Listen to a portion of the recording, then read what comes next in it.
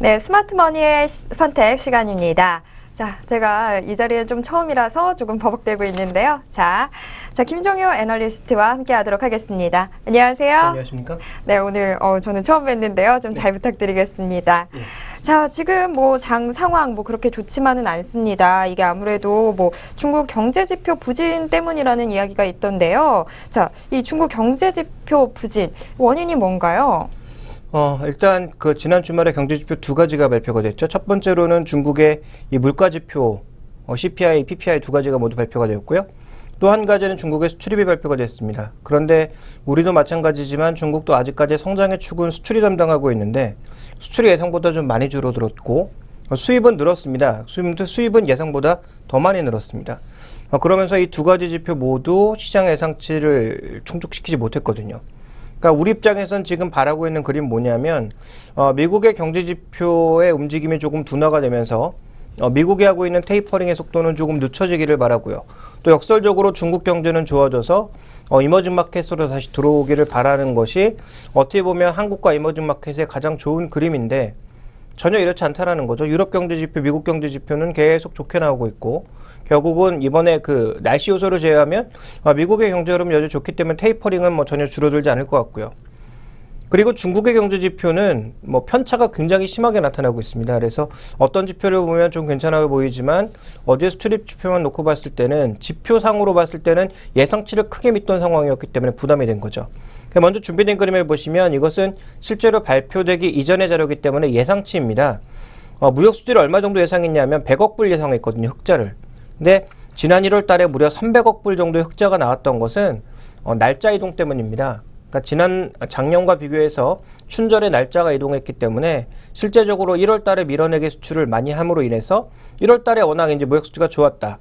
그렇다면 2월 달에 줄어드는 것은 너무도 당연하다라는 것을 시장이 알고 있었다라는 거죠. 그래서 1월 달에 무려 300억 불이 넘는 무역 수지를 거뒀기 때문에 그것을 3분의 1 정도로 툭 잘라서 100억 불 정도 아마 무역 흑자가 날 거야 라고 예상을 했는데 실제 결과치는 230억 불의 적자였습니다.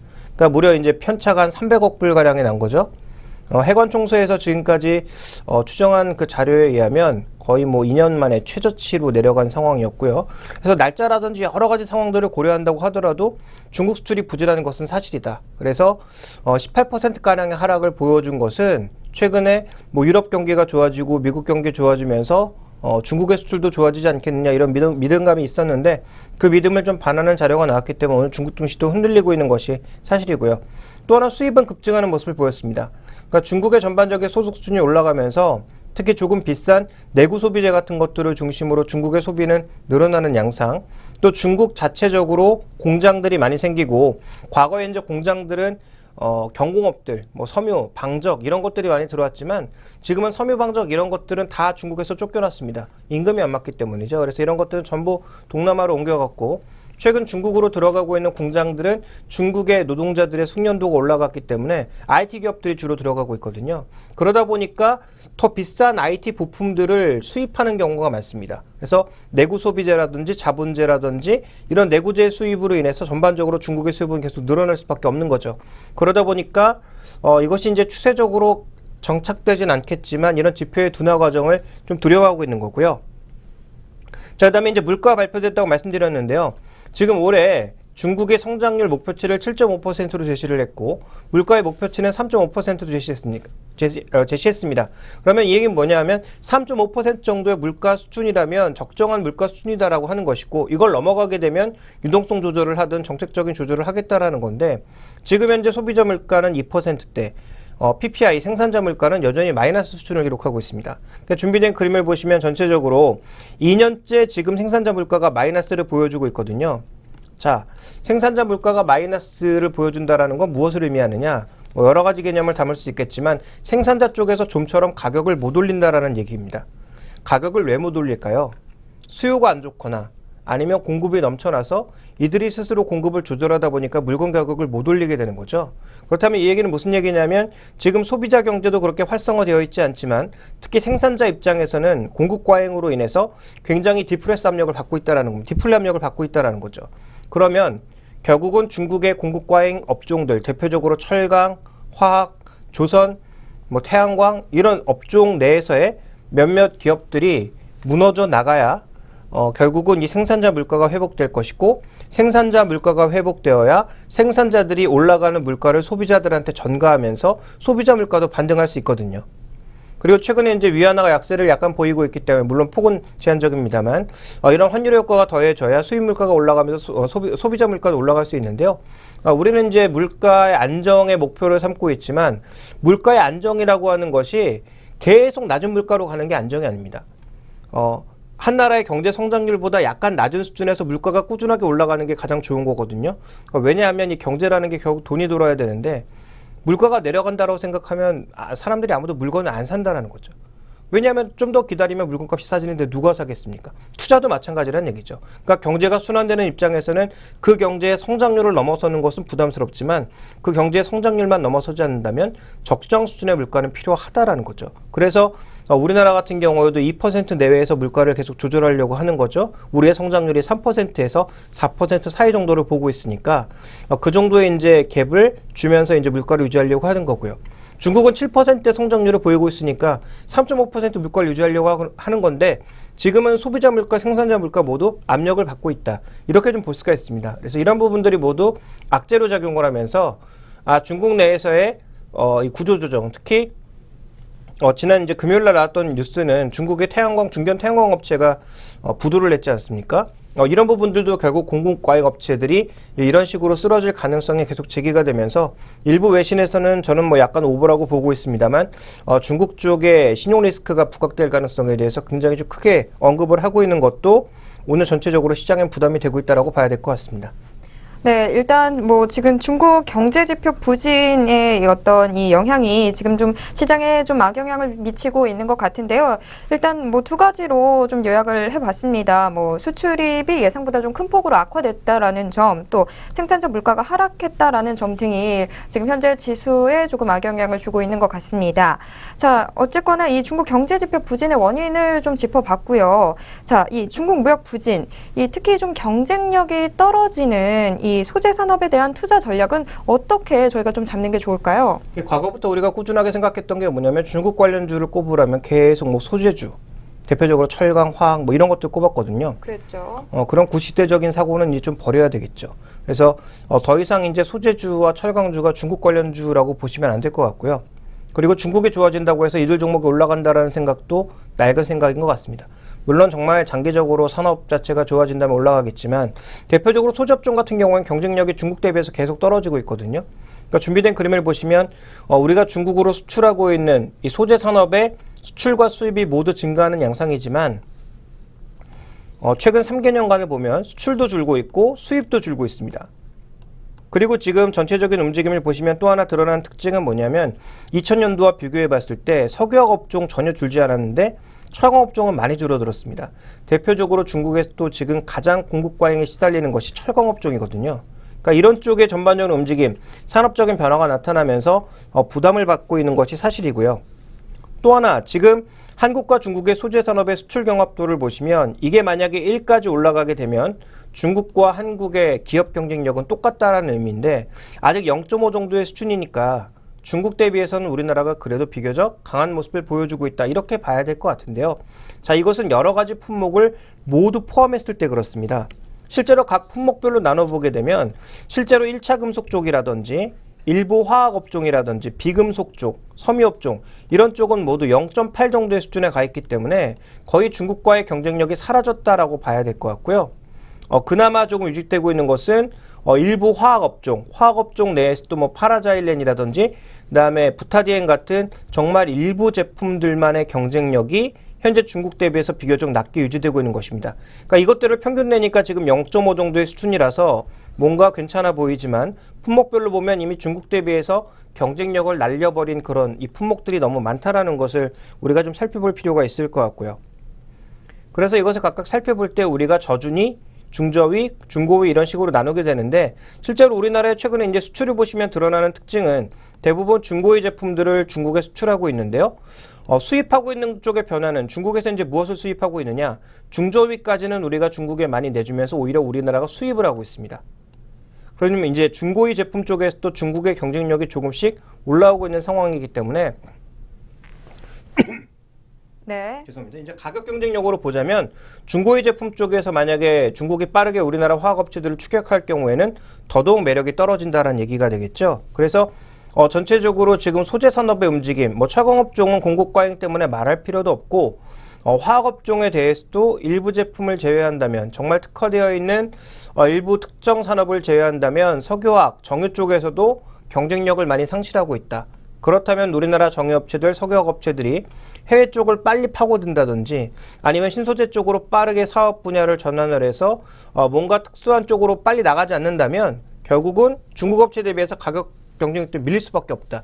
옛날 일본이 한국에 그대로 밟혔던 것을 반복할 수밖에 없다라고 보여지는 거죠. 그리고 실제로 아직도 중국 기업들은 국영기업이 많습니다. 그리고 돈이 많습니다. 그래서 해외 기업들 M&A를 통해서 기술들을 굉장히 빠르게 습득해 나가고 있다는 점도 경기 요소라고 보여지죠. 그래서 우리나라 소재업종에 대한 전반적인 투자 전략은 좀 요약을 해보자면 경쟁력을 상실하고 있는 쪽이 굉장히 많다는 것을 가장 기본 전제로 깔아야 될 것 같고요. 두 번째로 살펴봐야 될 것은 일본화학과 석유화학 쪽에서의 경쟁력도 많이 둔화되고 있다는 점.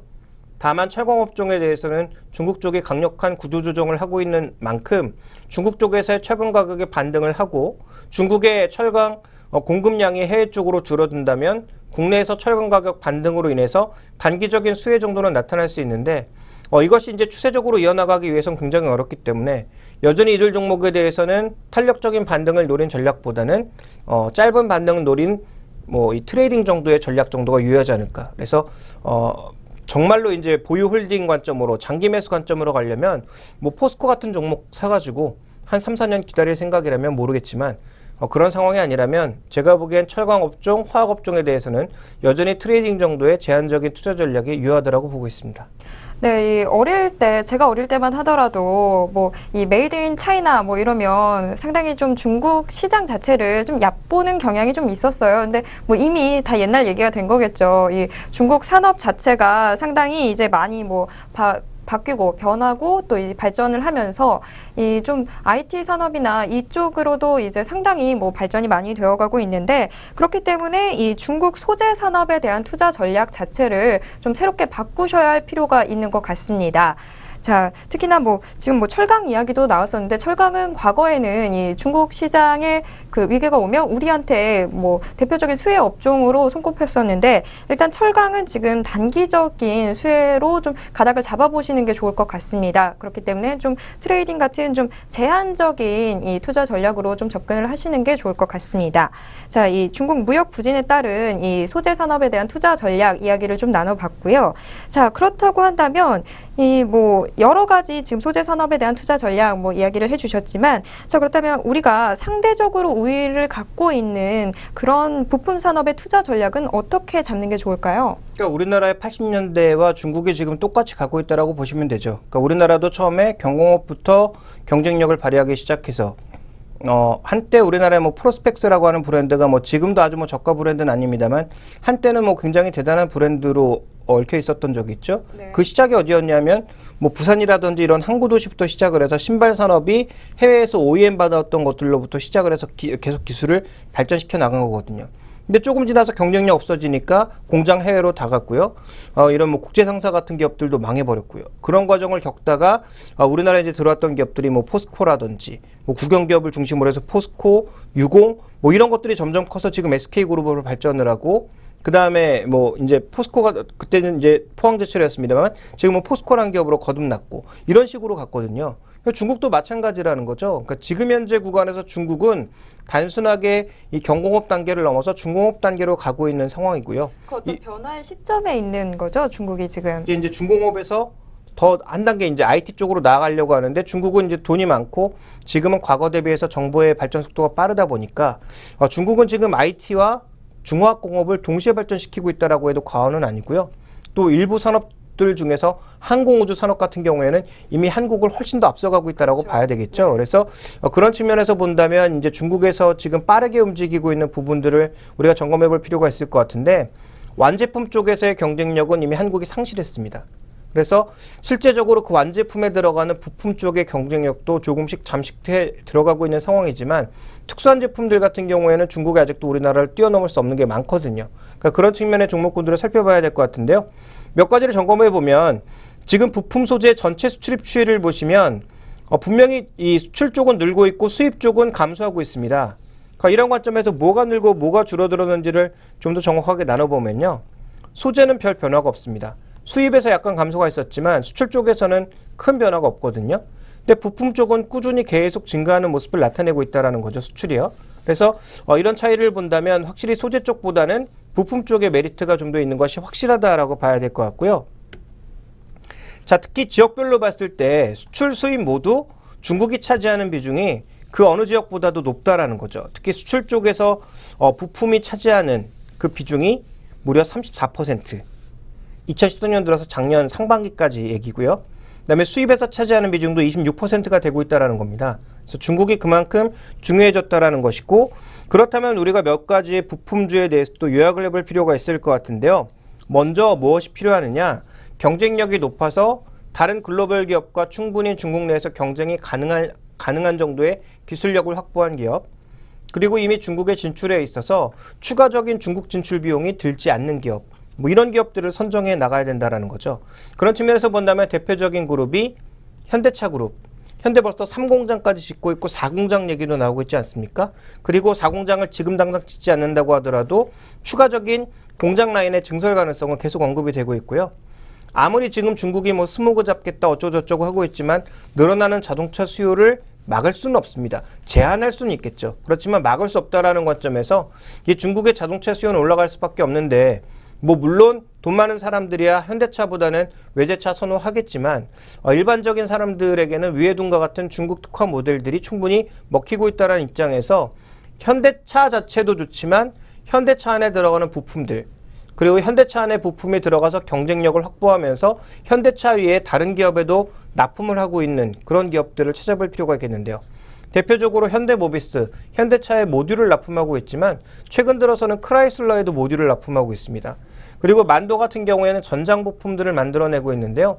전장 부품이라고 하는 것이 실제로 컴퓨터로 제어되고 있는 여러 가지 기기들, 공조기기라든지 헤드라이트와 같은 앞에 뭐 등이라든지, 그 다음에 그와 관련되어 있는 여러 가지 기기들, 뭐 내비게이션을 포함한 여러 가지 전자기기와 관련되어 있는 그 부품들을 전장 부품이라고 하는데, 그 전장 부품의 국내 1위 업체가 만도입니다. 만도 같은 경우도 최근에 현대기아차뿐만 아니라 글로벌 업체 쪽으로도 계속 발을 넓혀 나가고 있고요.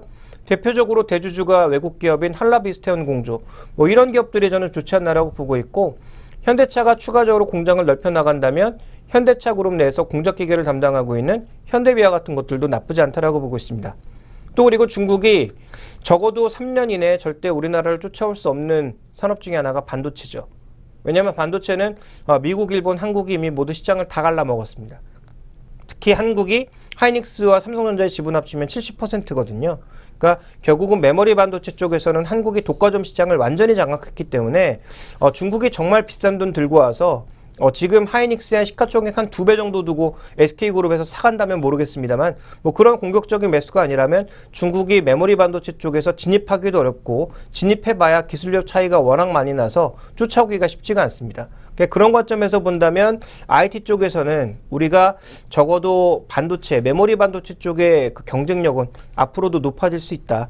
다만 메모리 반도체의 가격이 여기서 옛날처럼 폭락하느냐, 그렇지만 않는다면 아마 이제 PC 쪽에서는 조금 가격이 떨어지겠지만 모바일 디램 쪽의 움직임은 비교적 견조하게 나타나면서 유지될 가능성이 있기 때문에 삼성전자의 반도체 부분, 또 SK하이닉스 같은 경우에는 여전히 우리가 좀 경쟁력을 가지고 봐야 되지 않을까, 이렇게 판단하고 있기 때문에요. 부품주 중에서는 이런 종목군들에 대한 관심을 장기적으로 여전히 이어나가야 될 것 같습니다. 네.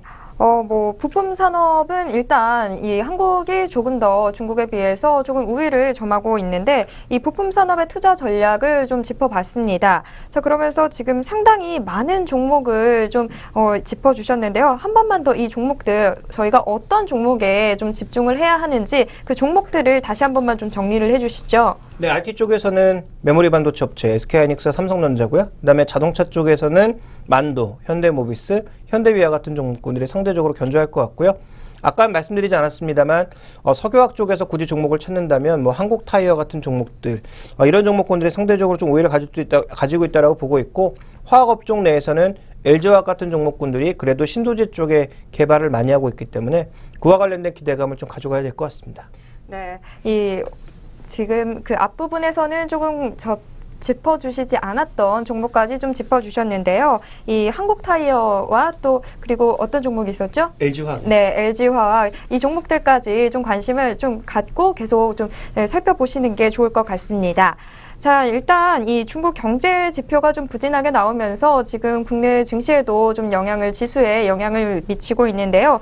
이 중국 경제 지표 부진의 원인과 함께 또 중국 무역 부진에 따라서 이 경쟁력이 좀 떨어지는 소재 산업에 대한 투자 전략은 어떻게 잡아야 하는지, 자, 그리고 또 이 상대적으로 우위를 우리가 중국보다 한국이 좀 더 우위를 점하고 있는 부품 산업의 투자 전략까지 짚어보면서 이 어떤 종목들에 관심을 가져야 하는지까지 저희가 살펴봤습니다. 자, 지금 이 시간은 스마트 머니의 선택 시간이었습니다.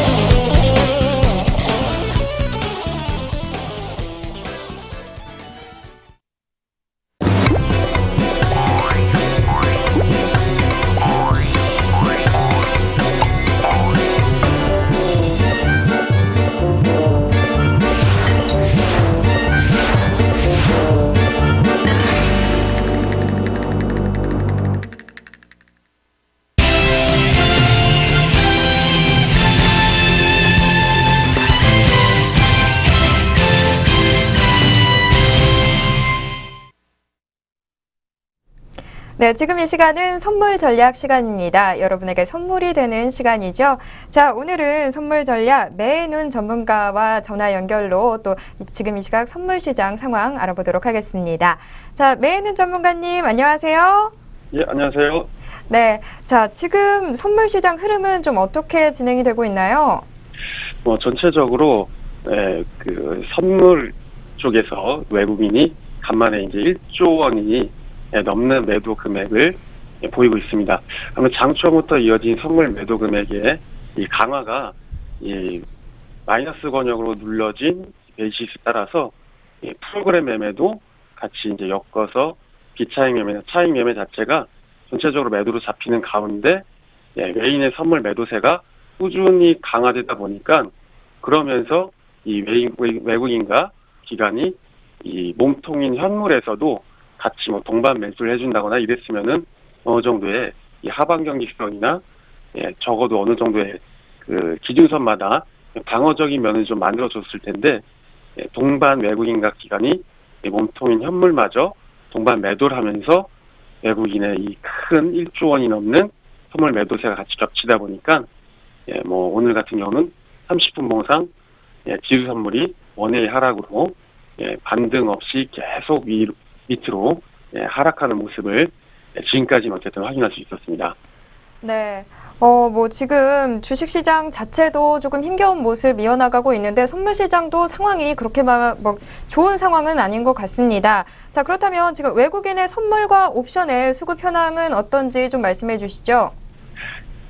예, 지금 뭐 아침부터 개인 같은 경우는 어떻게 보면은 우리가 좀 매매를 하기 편하게 선물과 몸통인 현물에서 그리고 선물에서 그리고 또 아침 장초부터 이 콜옵션을 사주면서 어느 정도의 그 외국인과 반대 포진에 서줬을 때 우리가 충분히 매도자리를 나올 수 있겠다고 했는데 결국 이 기관과 외국인이 어느 정도의 힘으로 맞부딪히다 보니까 하락세는 어쨌든 일방통행의 하락세였지만 딱 대목마다 계속해서 좀 조정이 좀 꼬리가 길게 달리거나 그 이후에 조정을 이 도지 형태 이런 형태가 뜨면서 조금 조정을 좀 받았었는데 결국 옵션에서의 외국인은 이제 만기주를 오늘 만기주내다 만기가 얼마 남지 않았죠. 그러다 보니까 그 옵션을 매수 전략을 취하다기보단 옵션을 좀 발행을 해서 외국인은 그 거의 매도 발행분을 개인 쪽에게 개인이 사게 만드는 그런 모양이 나오고 있고요. 풋옵션 쪽에서는 지금 별다른 금액에 유입이 없는데 장초반에서부터 특별한 금액의 흐름이 없어가지고 어느 특별하게 유의할 해석이 필요할 거의 금액은 아닌 것 같고요. 어쨌든 포인트는 외국인과 기관의 몸통 현물 동반 매도 그리고 외국인의 1조 원 가까운 선물 매도 이 두 개가 오늘의 그 수급에서의 가장 큰 특징이라고 할 수 있겠습니다. 네, 수급 현황 좀 더 자세하게 좀 저희가 짚어봤습니다. 자, 매누님, 그러면 오늘 뭐 매매 어떻게 잘 하셨나요? 오늘 사실 뭐 진입 자체는 이 뷰 자체는 이제 보고는 들어갔는데 이 어떻게 보면 진입 이후에 관리가 조금 대처가 좀 애매하게 되면서 타이밍 싸움에서 타이밍이 조금 반발자씩 늦으면서 뭐 전체적으로는 약수입이긴 하지만 실제로는 그 타이밍 관리만 좀 됐다면 수익을 굉장히 바라볼 수 있는 자리에서 조금 타이밍 관리가 안 됐던 점이 약수입 정도로 그렇게 지금은 이후에는 어쨌든 좀 관망세를 아직까지는 보이고 있습니다. 자, 그렇다면 저희 이제 내일 선물 시장은 또 어떻게 대응하는 게 좋을지 좀 말씀을 부탁드리겠습니다. 제가 저번 주 이 전화 연결했을 때 이 꼭지점에서의 하락과 이 하락 이후에 어쨌든 상승했지만 여기서의 결론은 이 위로든 아래든 빨리 어느 쪽을 터치를 해준 이후에 시세가 이제 어느 쪽으로 나올 수 있다. 아니면 이 안에서 구름대 놀이를 하더라도 적어도 빨리 어느 쪽으로 한 방향으로는 방향성을 취해주는 게 그 방향성을 우리가 잡는 데 도움이 될 거라고 말씀드렸는데 지금 같은 경우는 결국 이 기준선을 이탈하면서 거기다가 이 일목균형표상 구름 하단 그리고 이평선마저 하락관통하는 강한 음봉이 몸통으로 모든 걸 깼기 때문에 지금 같은 경우는 이 뷰를 짠다면 일단은 하방 대응 마인드로 대응하는 게 맞을 거고요. 내일 같은 경우도 특별한 모멘텀이 없다면 중국발 그 악재나 이런 것들을 엮어서 봤을 때는 아무래도 하방 쪽으로 조금 대응을 하고 뭐 양봉을 이용한 매도 전략 이런 것들이 조금 주요하지 않을까 생각을 하고 있습니다. 자, 내일 시장 선물 이 시장 대응까지 좀 말씀 감사합니다. 다음 시간에 또 뵙도록 하겠습니다. 감사합니다. 자, 지금까지 선물 전략 시간이었습니다.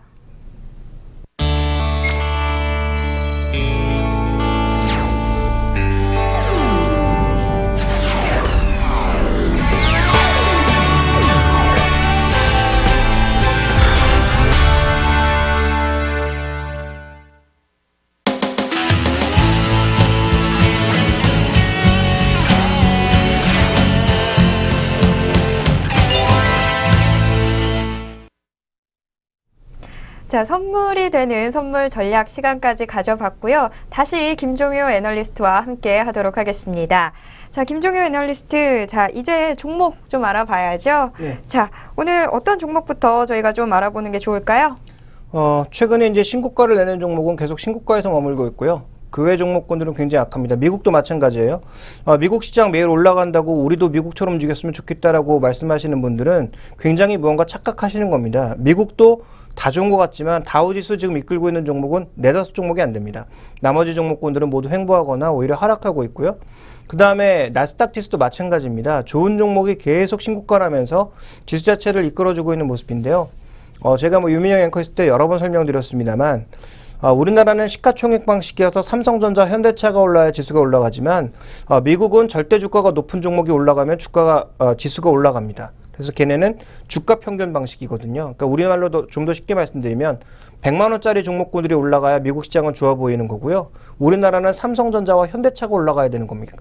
그러니까 미국 시장 다우지수 포함되어 있는 30종목 자체가 이미 모두 대형 기업이기 때문에 큰 의미는 없다라고 보여지지만 미국과 우리는 지수 산정 방식이 달라요. 그래서 미국은 절대 주가가 $100 이상인 것이 잘 가면 나스닥 기준으로는 애플이나 구글 같은 것들이 잘 가야 주가가 많이 올라간 것처럼 느껴지는 거죠. 지수 기준으로는. 그래서 주가의 산정 방식이 다르다라는 점을 분명히 인지를 하시고 봐야 될 것 같고요. 미국 내에서도 지금 피 흘리는 사람들이 굉장히 많다라는 거죠. 그러니까 미국이나 마치 유럽 증시에 썼으면 굉장히 수익률이 좋았을 거야라는 것은 자신의 착각에 불과하고요. 지금 우리 시장 내에서도 지수 굉장히 안 좋아 보입니다만 코스닥 시장이라든지 정말 신고가를 내고 있는 비싼 종목을 잘 가지고 있어서 좋은 수익을 내시는 분들도 의외로 많거든요. 그러니까 지금 현재 구간에서는 종목 선택이 중요하다고 보여지는데 현재 이렇게 신고가 영역에 놓여있는 종목 중에서 최근에 한전이 좀 비교적 좋은 모습이었고요. 한전이 뒤를 이어서 이제 한전 그룹주라고 볼 수 있는 한전 KPS도 비교적 강한 모습 보여주고 있는데요. 오늘은 한전 KPS에 대해서 좀 살펴보도록 하겠습니다. 네, 한전 KPS. 자, 한전 KPS 요새 흐름 상당히 좋았는데, 자, 그럼 한전 KPS 좀 더 자세하게 저희가 살펴보도록 하겠습니다. 일단 그러면 한전 KPS, 최근에 한전 KPS의 주가를 끌어올리는 그 원인, 그 요인은 뭔가요? 일단 실적이라고 봐야 되겠죠. 근데 이 종목은 거의 기대감으로 움직인다라고 봐야 될 것 같습니다. 언제 뭐 하는 종목인지는 대부분 다 아실 텐데요. 원전을 포함한 발전소의 유지 보수를 하는 기업이거든요. 그러니까 고장 나면 가서 무언가 고치는 기업이다. 네. 이렇게 생각하시면 되는데 그러면 기본적으로 두 가지가 필요합니다. 유지 보수가 필요할 정도로 노후화된 설비가 있어야 되고요. 그리고 기본적으로 원전 설비가 계속 늘어나야 향후 일감이 늘어난다라는 측면에서 기대감이 높아질 수 있는 겁니다. 근데 아시겠지만 작년, 재작년 우리나라도 원전이 고장난 사고가 워낙 많았죠. 그래서 원전을 줄이겠다 이런 얘기까지 나올 정도로 아예 원전 없애버리자 이런 얘기, 극단적으로 이런 얘기까지 나올 정도로 여러 가지 얘기가 있었습니다.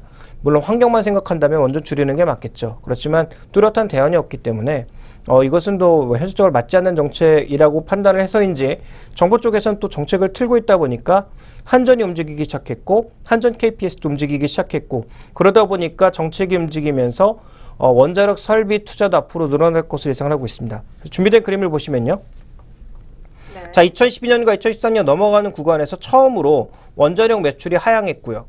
그러다 보니까 전체적으로 한전 KPS의 매출도 정체되는 양상이었습니다. 그런데 올해와 내년에는 계속 꾸준하게 원전 설비에 대한 투자가 늘어날 것으로 예상되고 있는 만큼 지금 한전 KPS의 매출, 원자력 매출 자체도 계속 늘어날 것으로 예상이 되면서 현재 주가는 강세를 보이고 있다 이렇게 봐야 될 것 같고요. 그리고 최근에 다시 이제 그 공임이나 이런 것들이 올라가기 시작하면서 영업이익률과 마진율이 모두 상향을 하고 있습니다. 그래서 지금 매출 자체가 증가하는 가운데 영업이익률이 15%를 꾸준하게 유지해주면 당연히 이익이 올라갈 수밖에 없는 거죠. 그러니까 이 기업은 지금 양적으로도 크면서 이익률 자체도 꾸준하게 유지가 된다면 양적으로 크는 만큼 이익도 똑같이 늘어나는 거니까 현재 이 구간의 성장을 염두에 둔 시장의 긍정적인 관점에 나타나고 있다. 이렇게 봐야 될 것 같습니다. 그러니까 결국에는 이 한전 KPS의 성장은 좀 더 장기적으로 좀 우리가 내다봐도 된다라는 말씀이신 거 아닌가요? 네, 그렇습니다. 그래서 분명히 이제 이 기업은 말씀드렸다시피 어느 정도는 지금의 일감, 어느 정도는 향후의 꿈, 미래의 꿈을 먹고 사는 그런 기업이다라는 점에서 정부의 계획을 살펴보실 필요가 있을 것 같은데요. 준비된 그림을 보시면 이 6차 전력 수급 계획이 2027년도까지 나와 있는데요. 지금 현재 구간에서는 원자력이 가장 높은 비중, 그 다음에 석탄, 나머지가 LNG, 신재생이나 뭐 친환경 같은 부분들은 굉장히 작은 부분을 차지하고 있는데요. 2027년도에 가게 되면 여전히 원전 비중이 크게 줄진 않지만 전체적인 움직임 보실 때 비중만으로 봤을 때 원자력 정체, 화력은 조금 줄고 대부분 느는 것이 신재생 에너지가 크게 늘어납니다. 그런데 지금 한전 KPS의 사업 전망도 보시면 향후 늘어나는 신재생에 적극적으로 대비를 미리 하고 있다는 거죠. 그래서 지금 한전 KPS의 일감은 미래에도 줄어들지 않는다. 오히려 더 늘어날 수 있다라는 그런 흐름으로 바라봐야 될 것 같고, 원전과 화력 발전이 일단 베이스를 깔아주고 늘어나는 이 신재생 에너지 쪽에서도 충분히 부응하는 모습을 보여준다면 향후에도 늘어나는 에너지 수요와 함께 한전 KPS의 일감과 이익도 같이 늘어날 것이다. 현재까지는 이렇게 예측이 되고 있는 거고요. 그 다음에 살펴봐야 될 게 지금 한전 KPS의 최근의 매출액 추이를 보면 상승을 이끌고 있는, 즉 양적인 성장을 이끌고 있는 것은 국내 부분이 아니라 해외 부분입니다. 송부현정과 함께 해외 부분의 성장이 결국은 이 KPS의 성장을 이끌고 있는 상황이기 때문에 해외 쪽에서 수출을 해온 것들을 결국은 유지보수를 하면서 추가적으로 매출이나 이익들이 늘어나고 있는 거죠. 해외 쪽에서는 국내에서는 거의 한전이 모든 구매를 다 맡아서 했는데요. 해외 쪽에서는 최근에 이것이 좀 풀리고 있고, 또 국내에서도 최근에 정책이 어떻게 바뀌고 있냐면 한전이 독점하다 보니까 비리가 너무 많다. 그래서 각 개별단에서 스스로 이제 모든 것을 통제를 할 수 있는 그런 형태로 서서히 좀 바뀌고 있는 것 같거든요. 그렇게 되면서 이제 수익성이 좀 더 좋아지는 모습도 나타내고 있기 때문에 이런 정책적인 변화 자체가 또 해외 쪽에서의 성장 자체가 이 기업의 이제 미래 성장을 담보하고 있다라고 봐야 될 것 같고요. 자, 이제 사업 부분별 비중을 조금 보시면 눈에 띄게 나타나고 있는 게 뭐냐면 과거에 이제 큰 흐름을 차지했던 원자력 비중과 화력 비중은 점점 줄어들고 송변전 부분이라든지 이런 부분들의 비중이 점점 늘어나고 있기 때문에 이쪽에서 비중도 늘고 있고 성장도 하고 있다는 거죠. 그래서 양적인 성장과 질적인 성장을 크게 보면, 아주 긴 그림에서 보면 신재생 에너지가 담당할 것으로 현재 예상이 되고 있고, 단기적으로 보면 늘어나는 해외 쪽에 있어서의 유지보수 수요, 이런 것들에 대한 기대감이 높아지고 있다, 이렇게 봐야 될 것 같습니다. 자, 그리고 또 한 가지 우리가 좀 살펴봐야 될 건 이 기업의 특성이기도 한데요. 그동안 한전이 별로 이익을 못 내고 맨날 적자를 내다 보니까 그 적자를 어디서 메꿨냐면 자회사들 쪽에서 배당을 많이 받아서 메꿨습니다. 그래서 한전의 대표적인 자회사인 한전 KPS 비교적 이익이 많이 나는 기업인데 이익의 상당 부분을 다 배당으로 끌어왔거든요.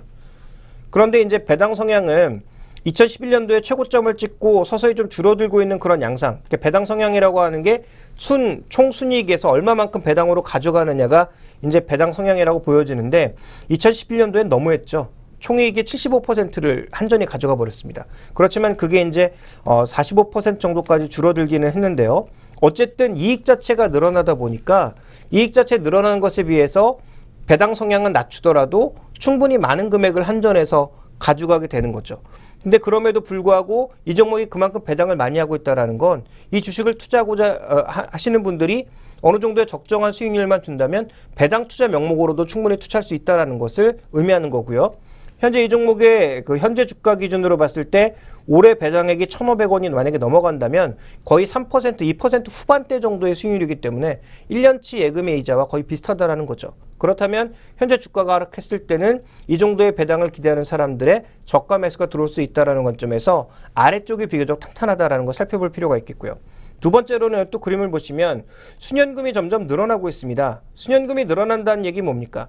회사의 재무 구조가 그만큼 남아둔다는 얘기거든요. 그러니까 추가적으로 뭐 설비 투자를 더 한다든지 아니면 뭐 이 전체적인 시장의 상황이 안 좋아져서 자금이 필요한 상황이 되면 해외 쪽의 조달 비용이 늘어날 수 있는데 이 기업은 순연금이 남아도는 기업이기 때문에 해외 쪽의 상황이 안 좋아지거나 아니면 글로벌 상황이 안 좋아져서 금융시장이 조금 경색되는 흐름을 가져온다고 하더라도 급격하게 문제가 생길 만한 그런 약한 기업이 아니라는 거죠. 그러니까 이런 여러 가지 흐름들이 이 기업의 장기 성장을 비교적 이끌어줄 거다. 이렇게 좀 믿음을 주고 있는 것 같습니다. 네, 이 장기 성장성 부문으로 저희가 이 한전 KPS를 좀 더 살펴봤는데 일단 뭐 상당히 상황 자체 참 좋은 것 같아요. 뭐 양적 성장과 질적 성장 그 두 가지를 계속해서 나갈 수 해서 이어나갈 수 있다라는 것 자체만 해도 상당히 대단한데 또 이 개선으로 배당도 또 오르고 또 지금 현재 재무 구조도 상당히 좀 탄탄하게 개선이 되어가고 있는 시점이기 때문에 이 한정 KPS는 우리 시청자분들 앞으로 계속 좀 관심을 가져주시면 참 좋을 것 같습니다. 자, 그렇다면 이 저희가 얼마나 좋은지 이제 알아봤다면 한정 KPS 투자 전략은 어떻게 짜야 하는지도 저희가 좀 알아봐야겠죠? 네, 먼저 준비된 그림을 보시면요.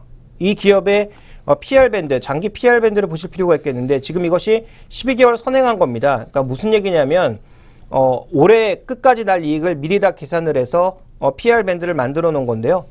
보시면 2011년도에 가장 이제 성장성이 크다라고 생각했을 때, 그 원자력도 성장하고 해외 수출도 크게 늘어난다고 생각했을 때 이 기업의 PR 수준은 거의 30배를 넘겼습니다.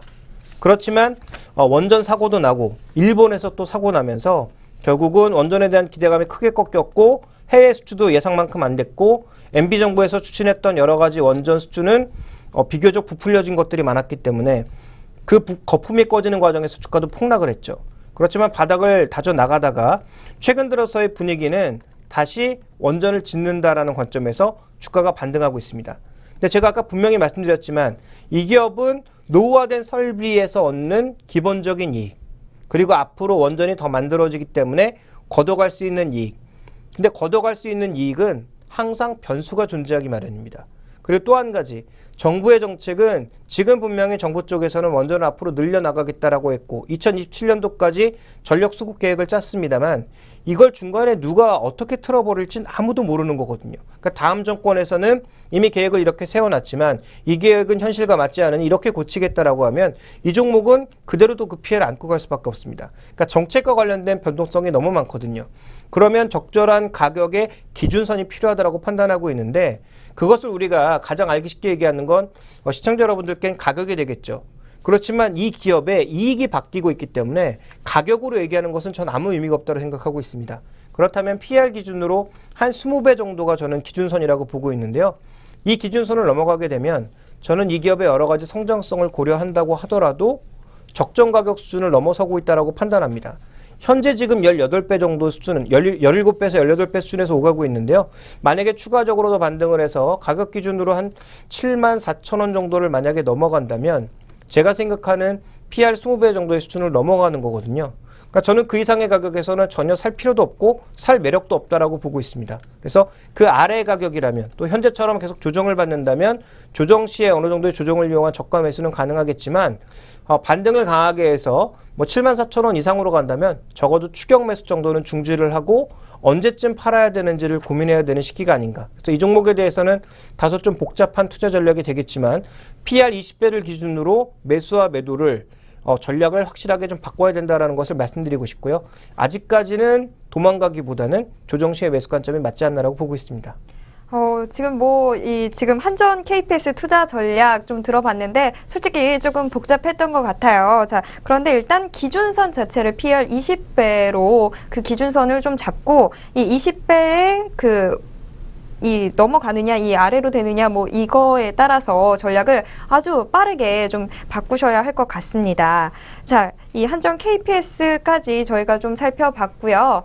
자, 지금 이 시간 김종효 애널리스트와 함께했습니다. 자, 그렇다면 이 오늘의 특징주 뭐였는지 이 특징주까지 좀 살펴봐야 할 텐데요. 자, 특징주는 어떤 것들이 있었는지 좀 짚어보도록 하겠습니다. 그러니까 오늘 아무래도 시장에 대응하시면서 가장 눈에 들어오는 종목 오늘의 엔터테인먼트 종목일 겁니다.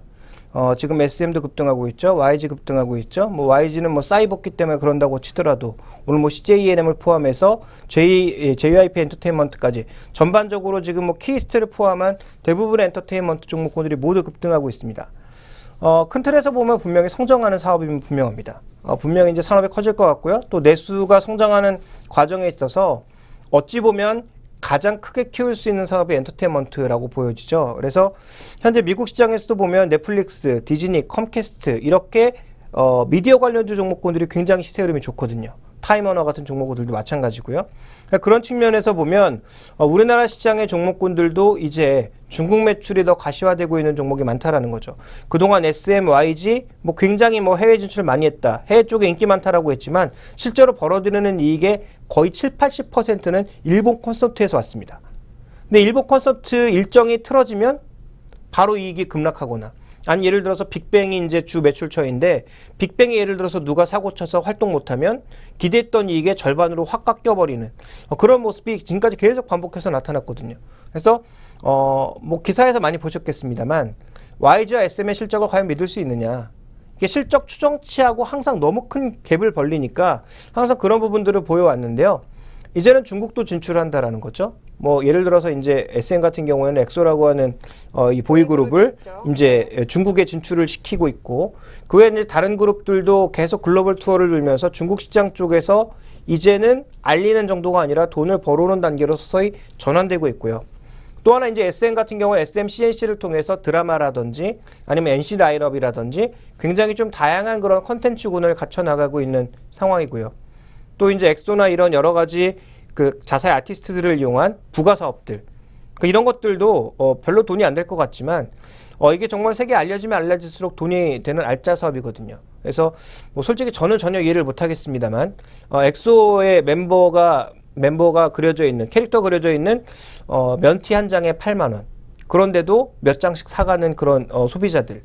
물론 저와 같은 사람들 입장에서 전혀 이해가 안 되지만 분명히 또 그렇게 사가는 사람들도 존재하고 있고 그 샵이 또 굉장히 잘 되고 있다고 하거든요. 그러니까 이런 여러 가지 부가산업들의 전반적인 움직임을 살펴봤을 때 엔터테인먼트 사업 자체가 분명히 확대되고 있는 것은 맞고, 그다음에 이제 국내로 찾아오는 해외 관광객들도 점점 증가하고 있다는 것 같아서 봤을 때 엔터테인먼트 종목군들도 분명히 장기적으로 보면 플랫폼화되고 있거나 좀 더 사업 분야를 다각도로 넓혀나가고 있는 종목군들이 좋다라고 보고 있습니다. 자, 그런 종목군들은 CJ ENM, 그리고 SM, 그리고 YG 엔터테인먼트 이 세 종목을 말씀드리고 싶은데요. 뭐 CJ ENM은 다 아시겠지만 굉장히 이제 우리나라의 대표적인 PP, 그러니까 프로그램 프로바이더라고 보여지죠. 그래서 굉장히 많은 콘텐츠들을 가지고 있고 국내에서 히트뿐만 아니라 해외에서 히트 가능성이라든지 또 스스로 CJ 그 컨텐츠를 이용할 수 있는 뭐 티빙이라고 하는 이 모바일 컨텐츠 유통망도 가지고 있는 상황이고요. 또 다양한 그 플랫폼을 통해서 충분히 유통시킬 수 있기 때문에 이와 관련된 기대감을 좀 가지고 있고요. SM은 조금 전에 말씀드렸습니다만 자사 아티스트들 뿐만 아니라 다양한 사업 분야로 넓혀나가고 있다는 점. YG도 마찬가지입니다. 뭐 아시겠지만 최근에 장현성 씨를 포함해서 뭐 차승원 씨를 포함한 배우 라인업을 점점 넓혀가고 있죠. 전 이게 괜히 넓혀가고 있는 건 아니라고 생각하거든요. 결국은 이 매니지먼트 사업을 그동안 음악 쪽에만 주력했다면 앞으로는 영화라든지 아니면 드라마라든지 이런 쪽으로 사업을 더 넓혀가기 위한 일종의 포석이고요. 최근에 양현석 대표가 주식을 팔았죠. 유상증자를 위해서 팔았는데요. 결국 왜 팔았겠습니까? 추가적으로 사업 넓히는 과정에서 유상증자를 하는 거고 그 과정에서의 약간의 이제 지분 변동이 있었던 거거든요. 그런 관점에서 본다면 저는 충분히 이들 기업은 장기적으로 봤을 때는 성장 가능성은 아직도 남아있다. 다만 오늘 사도 되느냐? 거기에 대해서는 노라고 대답하고 싶습니다. 지금 매수를 하는 것은 조금 보류를 하는 게 좋을 것 같다라는 의견이신 거죠? 그러니까 장기적으로 이제 계속 비중을 좀 넓혀나가는 것은 맞지만 오늘처럼 최근에 이렇게 핫하게 막 뜨겁게 오르고 오늘 7, 8% 올라갔을 때 주식을 사는 것은 제가 보기엔 그렇게 좋은 전략은 아닌 것 같습니다. 네, 일단 시각은 장기적으로 유지를 하되 지금 바로 당장 들어가는 건 아니라는 겁니다. 자, 이렇게 좀 정리를 해보도록 하겠습니다. 자, 일단 이 엔터테인먼트 종목 최근 주가 참 강세를 보이고 있는데요. 저희가 관심 종목으로 3종목 정도 정리를 해보도록 하겠습니다. 뭐 최근 이 콘텐츠 굉장히 많이 만들어내고 있는 이 CJ ENM, SM, YG 엔터테인먼트 이 종목들 좀 관심 있게 살펴보시면 좋을 것 같습니다. 자, 지금 이 시간 김종효 애널리스트와 함께했던 스마트머니의 선택 시간이었습니다.